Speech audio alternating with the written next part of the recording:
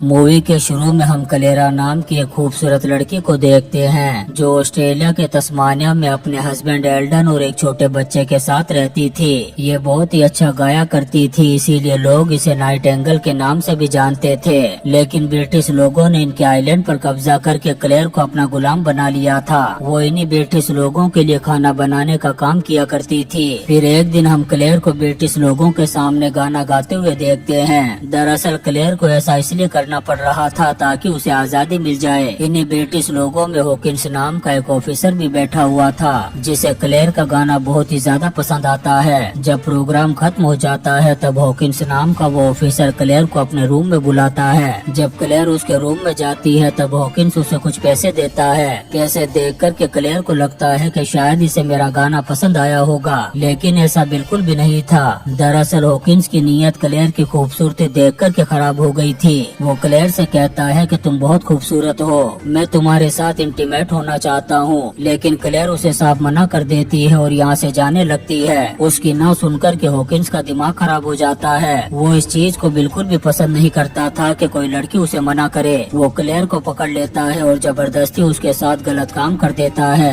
अब क्लेर इस बारे में किसी को कुछ नहीं बताती और चुपचाप अपने घर चली जाती है। जब एल्डन क्लेर की हालत को देखता है तो उसे थोड़ा डाउट होने लगता है। इसके बाद एल्डन और क्लेर जब खाना खाने के लिए बैठते हैं तो एल्डन को क्लेर के गले पर एक निशान दिखाई देता है। वो क्लेर से पूछता है कि आखिर ये निशान तुम्हारे गले पर कहां से आया, जिस पर क्लेर झूठ बोलते हुए कहती है कि मुझे चोट लग गई थी। लेकिन एल्डन को उसकी बात पर बिल्कुल भी भरोसा नहीं होता। वो क्लेर से सच बताने के लिए कहता है। तब क्लेर पूरी सच्चाई बताने की बजाय सिर्फ इतना कहती है कि हॉकिंस ने मेरे साथ गलत काम करने की कोशिश की थी। क्लेर की बात सुनकर के एल्डन का खून खोल उठता है, लेकिन क्लेर उसके गुस्से को ठंडा करते हुए कहती है कि हम यहाँ पर गुलाम हैं और अगर हमने जरा से भी आवाज उठाई तो ये लोग हमें नासा के रॉकेट में बैठा कर के दूसरी दुनिया में पहुँचा देंगे। फिर अगले दिन क्लेर जब इन लोगों को खाना सर्व कर रही थी तब एक ब्रिटिश ऑफिसर उसे गंदे तरीके से टच करते हुए छेड़छाड़ करने लगता है। वहीं दूसरी तरफ एल्डन को पता चल जाता है कि हॉकिंस ने क्लेरा की इज्जत लूटी थी।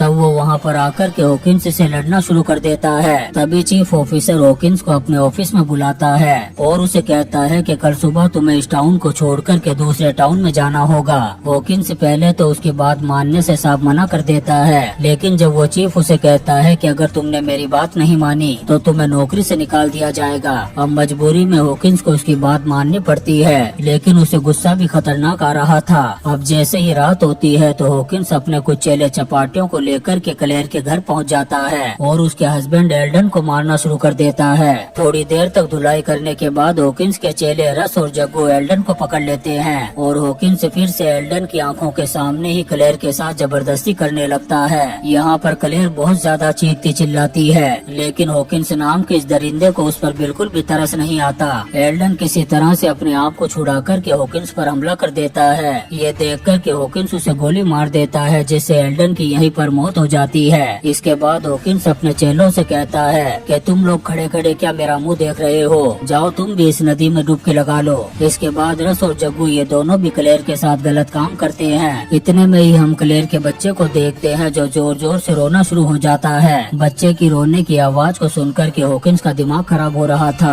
वो जग्गू से कहता है कि इस बच्चे को भी चंद्रयान में बैठा कर के ऊपर पहुंचा दे। तब जग्गू उस बच्चे को उठाता है और दीवार पर फेंक कर के उसकी जान ले लेता है। जब क्लेर को होश आता है तो वो अपने बच्चे और हस्बैंड की लाश को देखती है, जिससे वो फूट फूट करके रोने लगती है। इसके बाद क्लेर अपने बच्चे को गोद में उठाती है और पुलिस के पास पहुंचती है। वो उस पुलिस ऑफिसर को सारी सच्चाई बताते हुए कहती है कि हॉकिंस और उसके चेलों ने मेरे साथ गलत काम किया और मेरे हस्बैंड और बच्चे को मौत के घाट उतार दिया। लेकिन उस पुलिस ऑफिसर को क्लेर की बात पर बिल्कुल भी यकीन नहीं होता। वो उससे कहता है कि हॉकिंस तो रात को यहाँ से चला गया था। इतना कहने के बाद वो क्लेरा को यहाँ से भगा देता है। अब क्लेरा की मदद करने वाला यहाँ पर कोई भी नहीं था और वो कैसे भी करके अपने हस्बैंड और बच्चे की मौत का बदला लेना चाहती थी। वो अपने पड़ोसियों से कहती है कि मेरे बच्चे और हस्बैंड को दफना देना। उसके पड़ोसी उसे रोकने की कोशिश करते हैं, लेकिन क्लेर उनकी बात नहीं मानती और घोड़े पर बैठ कर के चल पड़ती है। लेकिन क्लेर को ये नहीं पता था कि हॉकिंस किस रास्ते से दूसरे टाउन की तरफ गया होगा, इसलिए वो बिली नाम के एक आदमी के पास जाती है। दरअसल बिली एक ऐसा आदमी था जिसे जंगल के सारे रास्तों के बारे में पता था। क्लेरा उसे झूठ बोलते हुए कहती है कि मेरे हस्बैंड जंगल में कहीं खो हो गए हैं, तो प्लीज उन्हें ढूंढने में मेरी मदद करो और मेरे साथ चलो। जब बिली साथ चलने से मना करता है तो क्लेयर अपनी गन निकाल करके उस पर पॉइंट कर देती है और कहती है कि चुपचाप मेरे साथ चलो और मुझे रास्ता दिखाओ। लेकिन फिर वो अपनी गन हटा करके अकेली ही दूसरे रास्ते की तरफ बढ़ने लगती है। क्लेरा की हालत और उसकी मजबूरी को देख करके बिली को उस पर तरस आ जाता है और वो उसके साथ चलने के लिए तैयार हो जाता है। वहीं दूसरी तरफ हम चार्ली नाम के बूढ़े आदमी को देखते हैं, जो दरअसल बिली की ही गैंग का था। वो हॉकिंस और उसके सिपाहियों को रास्ता दिखा रहा था। चार्ली के साथ कुछ और लोग भी थे जो उसका सामान साथ लेकर के चल रहे थे। रास्ते में हम जग्गू को देखते हैं, जो बहुत ज्यादा परेशान और टेंशन में नजर आ रहा था, क्योंकि उसने एक बच्चे की जान ले ली थी। हॉकिंस उसे समझाते हुए कहता है कि तुम टेंशन मत करो, हमने जो कुछ भी किया है वो एकदम सही किया। उधर क्लेयर भी बिली के साथ आगे बढ़ती जा रही थी। रास्ते में वो देखती है कि बहुत सारे घरों को जला दिया गया है और ऑस्ट्रेलिया के जो ब्लैक मूल निवासी है उन्हें मार कर के पेड़ों से लटका दिया गया था।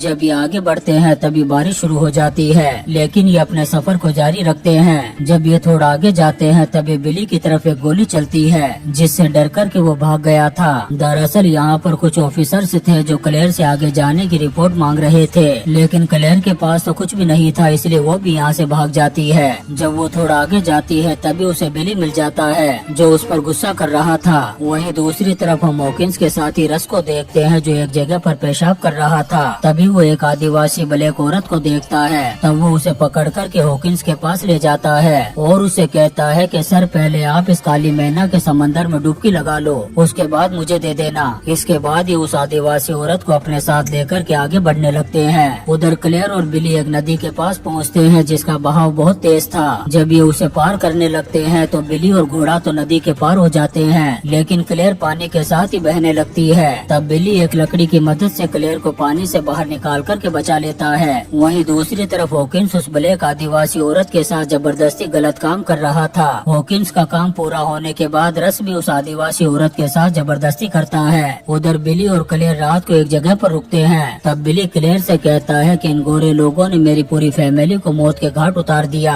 ये लोग हमारे ही देश में घुस कर के हमें ही मार रहे हैं। मैं इन लोगों से बहुत ज्यादा नफरत करता हूँ। गुस्सा तो इतना खतरनाक आता है कि इन सारे गोरे लोगों के पिछवाड़े में रशिया का रॉकेट लगाकर उनकी माँ बहन एक कर दूं। वो क्लेयर से कहता है कि तुम भी एक ब्रिटिश हो, इसलिए मैं तुमसे भी नफरत करता हूँ। ये सुनकर के क्लेयर कहती है कि भाई, मैं ब्रिटिश नहीं हूँ, बल्कि मैं तो एक आयरिश हूँ और इन ब्रिटिश लोगों ने मुझे भी गुलाम बना रखा था। फिर अगले दिन हॉकिंस जब अपने सिपाहियों के साथ आगे बढ़ रहा था, तभी हम कुछ आदिवासी लोगों को देखते हैं जो अपनी उस काली मैना को ढूंढ रहे थे। ये आदिवासी लोग जब हॉकिंस और उसके सिपाहियों को देखते हैं तो उन्हें मारने के लिए उन पर तीरों की बरसात कर देते हैं। जग्गू जब इस चीज को देखता है तो जान बचा कर के भागने लगता है। वो आदिवासी जब हॉकिंस को मारने ही वाले थे, तभी हॉकिंस उस काली मैना को धक्का देकर के यहाँ से भाग जाता है। उधर क्लेयर जग्गू को भागता हुआ देख लेती है तो उसका पीछा करना शुरू कर देती है। जब वो जग्गू को मारने के लिए ट्रिगर दबाती है तो उसकी गन में तो गोलियां ही नहीं थी। तब वो एक चाकू लेती है और जग्गू पर हमला कर देती है। वो तब तक उसके पेट में चाकू मारती है जब तक उसकी मौत नहीं हो जाती। बिली जब इस चीज को देखता है तो शॉक्ड हो जाता है और सोचने लगता है कि ये अपने हस्बैंड को ढूंढने का झूठा नाटक कर रही थी। अब बिली जब यहाँ से वापस जाने लगता है तब क्लेयर उसे रोक कर के अपनी सारी कहानी बताती है कि कैसे हॉकिंस और उसके सिपाहियों ने उसकी इज्जत लूटने के बाद उसके हस्बैंड और बच्चे को मार दिया था। ये सब सुनने के बाद बिली उसका साथ देने के लिए तैयार हो जाता है। जब क्लेयर को भूख लगने लगती है तब बिली एक भेड़ के बच्चे का शिकार करके लाता है। क्लेयर उस भेड़ के बच्चे को देख कर के रोने लगती है क्योंकि उसे अपना बच्चा याद आ गया था। वहीं दूसरी तरफ हम बिली गैंग के उस बूढ़े आदमी चार्ली को देखते हैं, जो हॉकिंस को जानबूझकर के गलत रास्ते पर ले गया था। वो बूढ़ा चार्ली रास्ते में हॉकिंस को रोक कर के कहता है कि तुम्हें उस आदिवासी औरत के साथ गलत काम नहीं करना चाहिए था। अब साले हरामजादे, तो कभी भी अपने टाउन नहीं पहुंच पाएगा, क्योंकि मैं यहीं पर तेरी माँ बहन एक करके तुझे नासा के रॉकेट में बिठा दूंगा। तभी अचानक से रस उस बूढ़े चार्ली को गोली मार कर के मौत के घाट उतार देता है। चार्ली को मारने की वजह से हॉकिंस रस पर गुस्सा करता है, क्योंकि अब इस जंगल में उन्हें टाउन का रास्ता कौन बताएगा। यहाँ पर हॉकिंस गुस्से में आकर के रस की धुलाई करना शुरू कर देता है और उसे गालियाँ देते हुए कहता है कि साले तेरी माँ का सुअर मारूं, तेरा बाप यहाँ पर अब रास्ता दिखाएगा। साले अब मुझे लगता है कि ये आदिवासी हमें इस जंगल से जिंदा नहीं जाने देंगे। यहाँ पर हॉकिंस के साथ एक बच्चा भी था।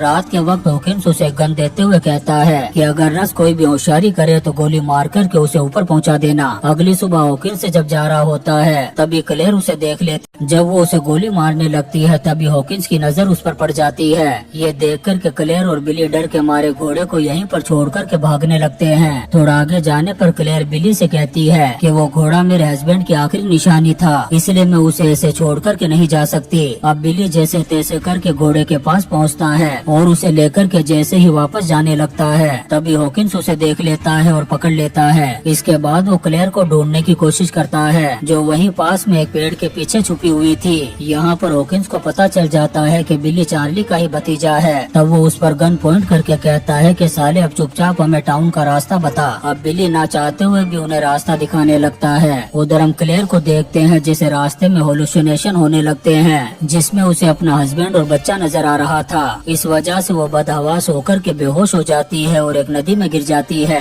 उधर बिली ने हॉकिंस को उसके टाउन में पहुंचा दिया था। वहां पहुंचकर हॉकिंस उस छोटे बच्चे से कहता है कि इस आदिवासी को गोली मार कर के दूसरी दुनिया का मुसाफिर बना दो। अब वो बच्चा जब गोली चलाता है तो वो बिली को नहीं लगती। इसका फायदा उठाकर के बिली यहाँ से भाग जाता है। अब इस चीज से गुस्सा होकर के हॉकिंस उस बच्चे को यहीं पर छोड़कर के आगे बढ़ने लगता है। तब वो बच्चा कहता है कि प्लीज मुझे भी अपने साथ ले चलो, लेकिन हॉकिंस उसकी बात नहीं सुनता और जाने लगता है। तब वो बच्चा भी उसके पीछे पीछे चलने लगता है। इससे हॉकिंस को गुस्सा आ जाता है और उस बच्चे को गोली मार कर के मौत के घाट उतार देता है। उधर क्लेयर नदी से बाहर निकल कर के आगे बढ़ रही थी। तभी रास्ते में उसकी मुलाकात बिली से हो जाती है। ये एक घर को देखते हैं, तब उसमें जाते हैं। उस घर के मालिक को किसी ने पहले ही मौत के घाट उतार दिया था। उस घर में इन्हें एक बंदूक मिलती है जिसे ये अपने पास रख लेते हैं। फिर जब जाने लगते हैं तो रास्ते में ये कुछ ब्रिटिश ऑफिसर्स को देखते हैं जो काले लोगों को बंदी बना कर के अपने साथ ले जा रहे थे। उन्हें देख कर के क्लेयर बिली पर गन पॉइंट कर देती है, जिससे उन ब्रिटिश ऑफिसर्स को क्लेयर पर डाउट नहीं होता।